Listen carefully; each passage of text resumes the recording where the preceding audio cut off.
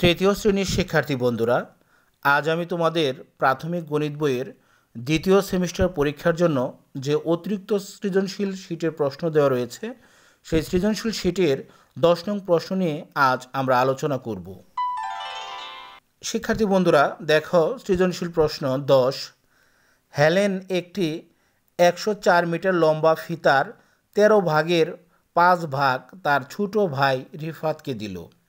প্রশ্নটি আমি আবারও পড়ছি।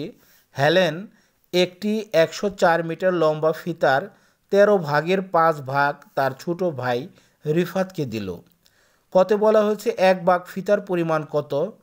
খতে বলা হয়েছে রিফাত কত মিটার ফিতা পেল। গতে বলা হয়েছে 5 ভাগ ও 1 ভাগ ফিতার মধ্যে পার্থক্য কত।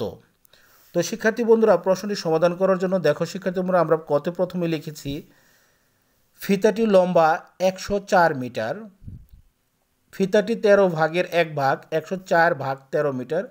104কে যদি আমরা 13 দিয়ে ভাগ দিই তাহলে ফলাফল হবে 8 মিটার।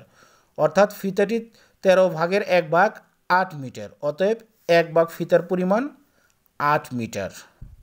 খতে বলা হয়েছে রিফাত কত মিটার ফিতা পেল। 1 ভাগ ফিতায় আছে 8 মিটার, অতএব 5 ভাগ ফিতায় আছে 8 গুণ 5 মিটার। 8কে যদি আমরা 5 দিয়ে গুণ দিই তাহলে হবে 5 8 40 মিটার। অতএব 5 ভাগ ফিতায় আছে 40 মিটার। অতএব রিফাত 40 মিটার ফিতা পেল। তো শিক্ষার্থী বন্ধুরা, এরপর দেখো গতে বলা হয়েছে 5 ভাগ ও 1 ভাগ ফিতার মধ্যে পার্থক্য কত। তো সমাধান করার জন্য দেখো শিক্ষার্থী বন্ধুরা, আমরা লিখেছি 5 ভাগ ফিতায় আছে 40 মিটার, 1 ভাগ ফিতায় আছে 8 মিটার। পার্থক্য হচ্ছে আমরা 40 থেকে যদি 8 বিয়োগ করি তাহলে হবে 32 মিটার। অতএব 5 ভাগ ও 1 ভাগ ফিতার মধ্যে পার্থক্য 32 মিটার।